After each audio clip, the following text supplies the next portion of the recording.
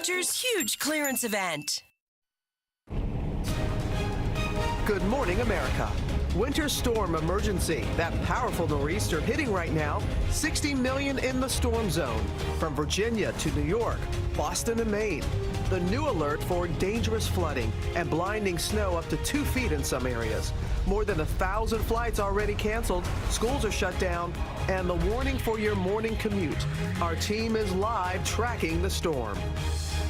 Breaking overnight, Stormy Daniels sues the president. The adult film star who claims she had an affair with Donald Trump now taking him on over their non-disclosure agreement. This as the White House deals with another high-profile departure. The president's chief economics advisor resigns, rattling the markets. And the final twist. After what's being called one of the most disastrous Bachelor finales ever, Ari proposing again. Lauren, Elizabeth Burnham, will you marry me? Definitely. Just moments after coming face to face with his jilted ex. I do regret proposing that day. Now Ari and his new fiancée Lauren flying all night, joining us live here in Times Square, only on GMA. Good morning, America. Live in Times Square, this is GMA with Robin Roberts, George Stephanopoulos, and Michael Strahan. And good morning, America. Okay, another weird night on The Bachelor. It was just another night. Another night on The Bachelor. But this morning, Ari and Lauren are here live, arrived just moments ago, right here in Times Square. Good thing they had an umbrella.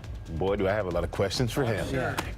But first, we begin with that massive storm that's moving into the Northeast. It's the second major storm in just a week, and you're looking at Pennsylvania. The snow is starting to come down heavy there right now. And both New Jersey and Pennsylvania have declared states of emergency. Hundreds of schools are closed up and down the East Coast. Thousands of flights have been canceled or delayed. Our team is spread out across the region, and Rob is starting us off. He's right here in Times Square. Good morning, Rob. Hey, good morning, Robin. Well, here we go again. Nor'easter within 5 days of the last one, and this one's going to track closer to the coastline. Already brought blizzard conditions to the Midwest, and now the coastal low is kicking off, and you can see on the radar there the precip is beginning to intensify. Already a couple of inches of snow in the D.C. to Philly corridor, and we've got winter storm warnings that are posted from Maryland to Maine with a slew of weather conditions expected. For now, though, let's go live to Lindsay Janis, who is in New Rochelle, New York, which had damage from just the last storm. Good morning, Lindsay. Hey, good morning to you, Rob. Yeah, what a mangled mess from the storm last Friday. Tangled and twisted power lines and tree limbs. But the homeowners here, they will tell you they are lucky. Take a look at why. This massive tree, while it did hit their car, it narrowly avoided hitting their house. Still there without power, and now worried about this second nor'easter in less than a week. This morning, with temperatures falling fast, snow is piling up in the Northeast. The powder mixing with sleet, creating a dangerous morning commute for millions. The storm is strengthening as it heads up the I-95 corridor. Coastal areas like this seawall in Marshfield, Massachusetts are already seeing giant waves. Now the area is preparing to get slammed with 40 to 60 mile-per-hour winds, as well as 10 to 15-foot waves, reminiscent of last weekend's deadly nor'easter. Nearly 1 week after that storm, thousands are still struggling to live without basic resources. Workers scramble to clear streets littered with debris and downed power lines. More than 100,000 still remain in the dark.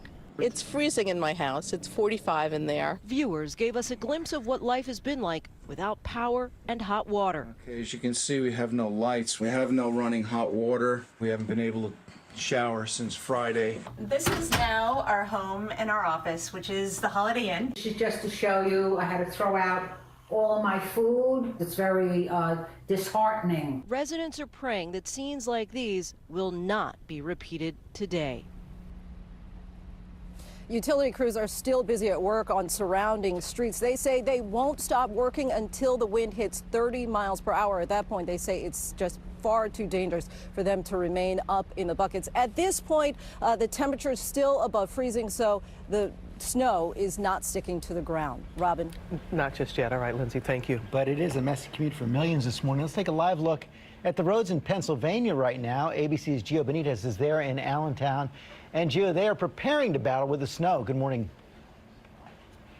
That's right, George. Good morning. Listen, that heavy snow just beginning to fall here. We're getting those thick snowflakes right now. Take a look at this, because this is all of that salt. These trucks are going to come in here, grab this salt, and start putting it on those roads. And, you know, even in Pennsylvania, they have turned garbage trucks into snow plows. So they're really trying to get ready for that morning commute, get ready and make it a lot easier for people. You know, a lot of these interstates and highways, they've already started to limit traffic. Later today, in just a few hours, we're going to have a commercial travel ban in place for parts of Pennsylvania, George.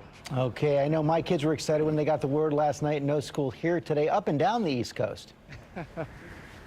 That's right. New Jersey, Delaware, Pennsylvania. We're talking about 550 schools that have already canceled classes. Philly is the largest school district. That school district alone has 130,000 students that won't be going to school today, George. Okay, Gio, thanks very much, Michael. All right, thank you, George. Let's move up the coast now to Massachusetts, where they're still recovering from last week's damaging floods. ABC's Eva Pilgrim is in Duxbury. And Eva, you're bracing for high winds and even more coastal flooding. That's right, Michael. It's round 3 for this area, which has been hit hard by these nor'easters. And you can see, look at this. This flooding is still here from the last storm. We are in Duxbury this morning, where they are now facing a crisis as this new nor'easter heads their way, set to slam these already battered seawalls. Take a look at this drone video that we have here, and you can see those angry waves crashing in. That is the major problem here, where the seawall has actually been breached. Teams working through the night to shore it up, a temporary fix, but necessary with this incoming storm. Contractors, town workers, and even regular private citizens all pitching in, working through the night to get this done. They did their best, but now they will have to wait and see. And guys, this water that you see right here, it's going to be sitting here for a while. The earliest that we're hearing that it'll be pumped out is Friday, Michael. And even, unfortunately, for some of these homeowners, this is the 3rd time this winter that they've been flooded. That's right, Michael. I've spoken to some of the homeowners. I was here for that first nor'easter, and I've spoken to some of those homeowners, and they say they still have water in their basements, on their streets. There's no power for some of their neighbors. So one of the homes that does have power is taking in the other neighbors. They're really hoping that with this storm, Mother Nature cuts them a little bit of a break. Michael? All right, thank you. Help thy neighbor, Eva. Robin? Neighbor helping neighbor. As you can imagine, thousands of flights have been canceled or delayed because of the storm. The ripple effects are being felt all across the country. ABC's Kana Whitworth is at LGA here in New York with more. Good morning, Kana.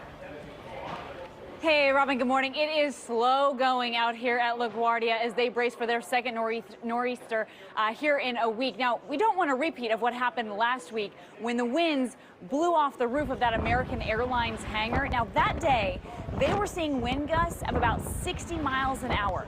Today, they're expecting gusts of about 40 miles an hour, still a little bit less. But it has just now started snowing out here in Queens, and they have already canceled more than 400 flights here at LaGuardia, and other airports around New York are being hard hit as well. 540 flights canceled in Newark.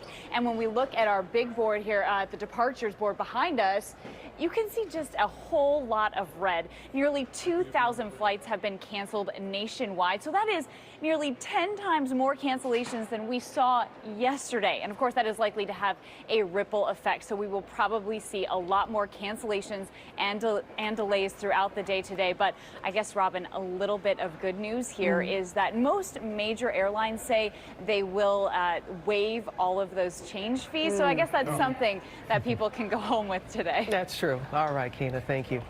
And let's go back to Rob. And Rob, where's this storm heading next? Well, it's going to be moving right across the coastline. You saw the impacts that we're worried about, from the coast to inland snows to the travel delays, and just getting around town is going to be an issue as well. Here's Strasburg, Pennsylvania, I-80. Right now, at least, just kind of wet to slushy on the roadways, but you do see the snow piling up on the sides of the roads as we begin to intensify this snowfall and increase the snowfall rates. We will start to see the snow accumulate on the roads regardless of how well they've been treated. So here we go. The next few hours, the snows will be intensifying from Baltimore up through Philadelphia, and we'll look for the wind to intensify as well. This low will strengthen. And this morning, the track has shifted somewhat a little bit farther to the south, and that is the key to who gets rain and who gets snow and who gets that mix. And right along the I-95 corridor is really where the tricky forecast is going to be. The most intense snowfall, nastiest weather will be from 10 a.m. to about dinner time tonight. So the afternoon rush is just going to be a nightmare. In some places inland and the higher hills could see 2 feet of snow. The bigger cities much less than that, but still a very high impact event, guys. And we're still in March. Yeah, back to you. Worst is yet to come today. Yeah, it's a good day to go home and take a nap if you can. Burrow in, that's Burrow in, that's right. We're going to go to the White House right now, and another major departure from President Trump's team. Top economic advisor Gary Cohn is resigning, the 6th top official this year. We've never seen staff turnover like this so early in a presidency. Triple President Obama's, double President Reagan's. Our senior White House correspondent Cecilia Vega has the latest. And Cecilia, this announcement is already rattling financial markets. It certainly is, George, and as you say, more turnover in this White House than any other administration in recent history. But look, President Trump says he likes the conflict. He likes to watch two sides fight it out. That's how he makes his decisions. In this case, Gary Cohn fought it out, he lost, and now he's out. This morning, another top aide in the Trump administration out. Chief Economic Advisor Gary Cohn resigning, the circle of West Wing loyalists shrinking by the day. The news came just hours after President Trump declared his White House chaos-free. I read where, oh, gee, maybe people don't want to work for Trump, and believe me, everybody wants to work in the White House. They all want a piece of that Oval Office. They want a piece of the West Wing. The president insists there is no turmoil. I like conflict. I like having two people with different points of view, and I certainly have that. And then I make a decision. In a statement, President Trump called Cohn a rare talent, saying he did a superb job in driving our agenda, helping to deliver historic tax cuts and reforms, and unleashing the American economy once again. Cohn returning the niceties, saying it has been an honor to serve my country and enact pro-growth economic policies to benefit the American people, in particular the passage of historic tax reform. But behind the scenes, the two men clashed. Cohn strongly opposed the president's plan to slap tariffs on steel and aluminum imports, the president saying trade wars are a good thing. Cohn adamantly disagreed. And he nearly resigned last summer, outraged by the president's response to the violent clashes involving white nationalists in Charlottesville. I think there's blame on both sides. You had some very bad people in that group, but you also had people that were very fine people on both sides. Cohn is now the 6th high-profile White House aide to resign this year, and the president hinted there are more departures to come. Yeah, there'll be people, I'm not going to be specific, but there'll be people that change. They always change. Now, the president refused to answer when directly asked if his Attorney General Jeff Sessions might be the next to go. The White House says that Gary Cohn will stay on the job for another few weeks. George, the president tweeted, this is a job that many people want. Many people want. He says he's going to make a wise choice, and the market's watching that as well, Cecilia. Yeah, they certainly are, especially all eyes here at home to see how Wall Street plays out today with Cohn gone. He was a former Wall Street executive, very much viewed as a stabilizing force here in the West Wing. But let's talk about some possible replacements, names that are being kicked around. Director of White House National Trade Council Peter Navarro, a Democrat, and Larry Kudlow, a conservative commentator and Trump campaign advisor. They both have competing views on trade, George. And very different from Gary Cohn as well. Meantime, Cecilia, you had those primary elections in Texas last night, saw a surge in Democratic turnout. Any response from the White House?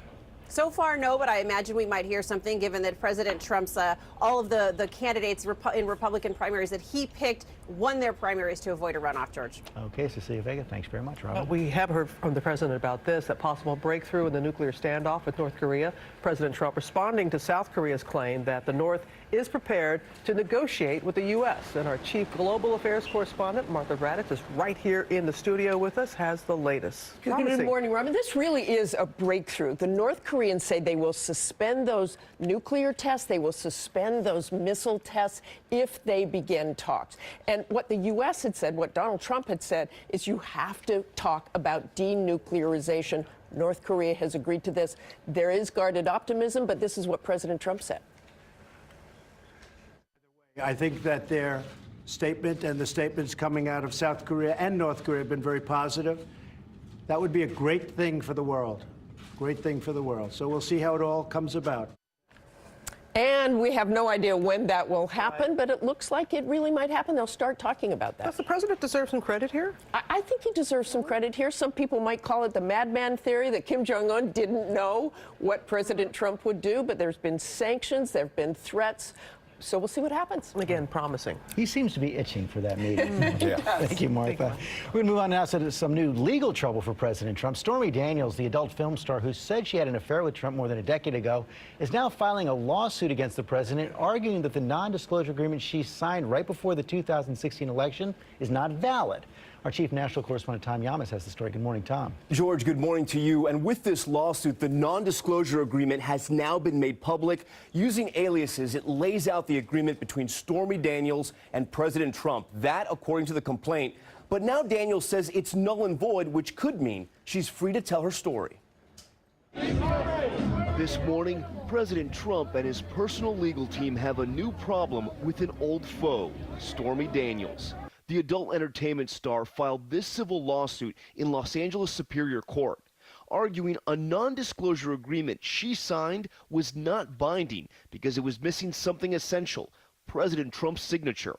Daniels claims in their agreement they used aliases, saying President Trump was referred to as David Dennison and she was Peggy Peterson.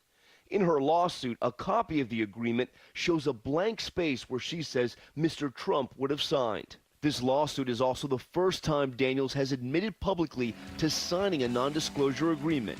Do you have a non-disclosure agreement? Do I? You can't say whether you have a non-disclosure agreement, but if you didn't have a non-disclosure agreement, you most certainly could say, I don't have a non-disclosure agreement. Yes? You're so smart, Jimmy. Before the agreement, Daniels told her story to In Touch magazine back in 2011. She says she met the future president in July of 2006 in Lake Tahoe at a celebrity golf tournament. Snapping this photo with him, she later posted on her MySpace page. Daniels told the magazine Trump, then a reality star, invited her to his hotel suite where they had sex.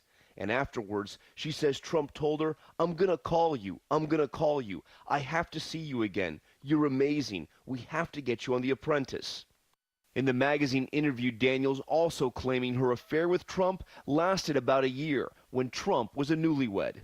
He had been married to Melania a little over a year. His son, Barron, had been born 3 or 4 months prior to that. According to her lawsuit, the so-called agreement was finalized 11 days before the election. And just 3 weeks ago, the president's longtime personal attorney, Michael Cohen, admitted to paying $130,000 of his own money to Daniels, whose real name is Stephanie Clifford. But Cohen said in a statement, neither the Trump Organization nor the Trump campaign was a party to the transaction with Ms. Clifford, and neither reimbursed me for the payment, either directly or indirectly. Now, legal experts are mixed on whether Daniels has a case. One lawyer we spoke to says no signature by one of the parties raises the question whether the agreement was ever finalized. Cohen nor the White House has commented yet on this new development. And in that denial, he doesn't deny that Donald Trump may have told him or paid him. Never says that, and the lawsuit also lines out that Cohen should have told President Trump about this because he is his lawyer. Tom Yamas, thanks very much. Let's go back to Rob. All right, Michael, who gets what? Here is the money map along the coastline. That's tricky, but 3 to 6 in Philadelphia, 8 to 12 New York City, and inland, there you go, 12 to 24 inches, especially in some of the higher hills, a high-impact storm. Time for your snowy cities now, brought to you by Edward Jones. Hi, Tom. Hey, how's the college visit? You remembered. It's good. Does it make the short list? You remember that, too. Yeah, I'm afraid so. Knowing what's important to you. It's okay. This is what we've been planning for. Thanks. Bye. Bye. That's what's important to us. It's why 7 million investors work with Edward Jones. Bundle up heading out. It is going to feel like a winter day. Temperatures will top out in the mid-40s today, and there still could be a little more rain and even snow coming our way, but very, very light, and road temperatures are high enough. Tomorrow, another cold day at 43, and then for the upcoming weekend, we're tracking the potential of a storm system that will slide just to the south of D.C., but it could come close enough where we have some snow overnight Sunday into your Monday morning rush. Coming up, we continue our live coverage up and down the East Coast, tracking the nor'easter as it moves in. Thousands of flights already canceled or delays, and schools shut down. And the Bachelor Ari is here live. What was he thinking? We're gonna find out.